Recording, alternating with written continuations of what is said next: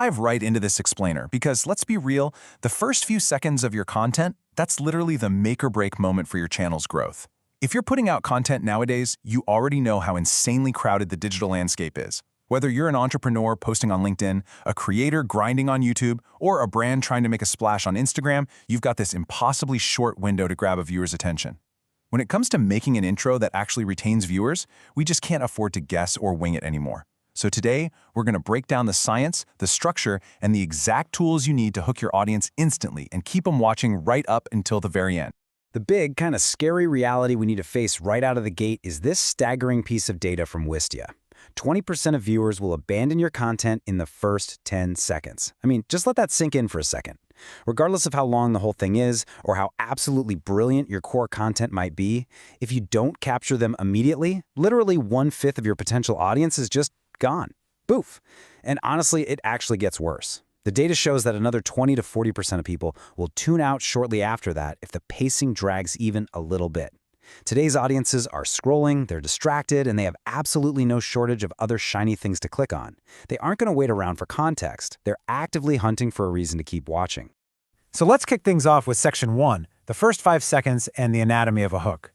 Now, what's really interesting here is how we traditionally approach introductions and why we need to completely overhaul our first 5 seconds. We absolutely have to avoid what I call the dreaded talking head trap. You know the one. It's that traditional approach where you start with a shot of someone just standing there going, "Hi, I'm Bob, and at our company we believe..." Guys, this is essentially visual cold calling. It's asking the viewer to care about who you are before you've given them a single reason to actually listen. Sure, in a movie, building suspense with a slow establishing shot totally works. But in an explainer or corporate content, that kind of slow build falls flat on its face. Instead, you've got to use a value front-loaded hook. Imagine starting with, "Your sales deck takes 4 hours to update." Boom, right? You figured out your single best claim, or their biggest pain point, and you just stick it right up front like a massive newspaper headline. To pretty much guarantee they keep watching, try using this brilliant 3-part formula.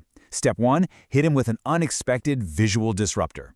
And hey, this doesn't have to be some massive explosion, just an odd perspective or a sudden movement to make that scrolling thumb stop dead in its tracks. Step 2, plainly state their pain point. Don't give them some corporate mission statement. Reflect back a specific struggle your viewer is actually dealing with. And then step 3, imply a solution is coming. You don't have to give away the whole secret sauce right away, obviously, but just let them know the payoff for sticking around is literally only seconds away. And you know, this brings us to a huge modern challenge, the silent scroller. Because of autoplay, a massive amount of content out there, especially on LinkedIn and Meta, is viewed with the sound completely off. So if your content relies solely on your voice to capture attention, well, you've kind of already lost. This is where kinetic typography comes in. It's really just text on screen that is in motion, but it provides the exact same emotional cue and sense of urgency that a sound-on viewer would normally get. It visually screams, "Hey, this is important." Moving right along, let's look at Section 2, storyboarding and solving the pacing problem. So, let's dive into the pre-production phase, because pacing issues don't actually start in the edit, they start in the script. A storyboard is this vital graphic layout that sequences your images. Think of it kind of like a comic book. It visually represents your intro's key events before you ever even hit record. Planning out your project like this is a total lifesaver. It completely saves you from getting deep into the edit, only to realize you've got an overly detailed section or some awkward pause that just absolutely kills your momentum. By laying out your intro frame by frame like a visual map right here, you're making sure that every single second, and I mean especially those absolutely critical first 15 seconds, has a really well-defined function.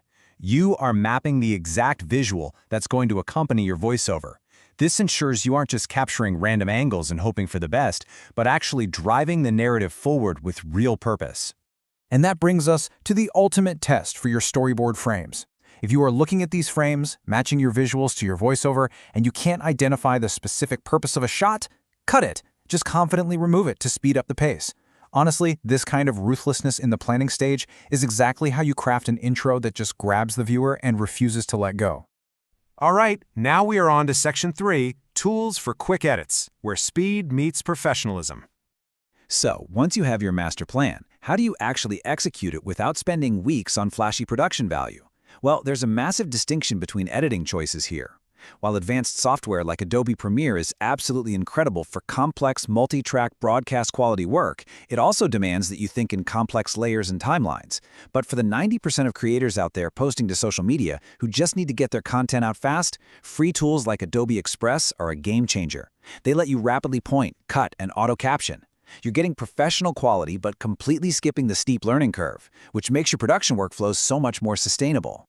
In fact, if you want a fully polished intro in under 5 minutes, you can just follow this super simple workflow in a tool like Movavi.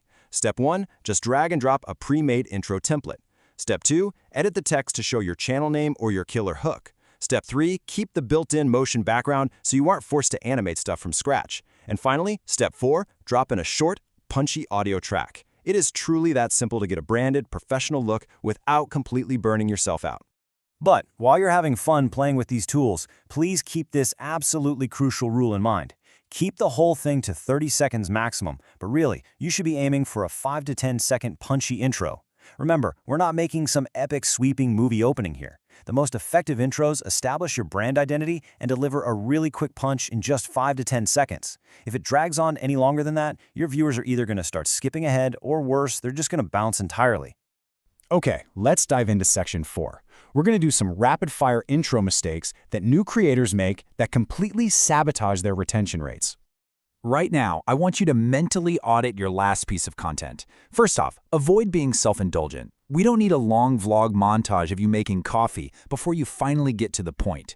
Second, do not explain the entire history of a topic. Just cut the waffle.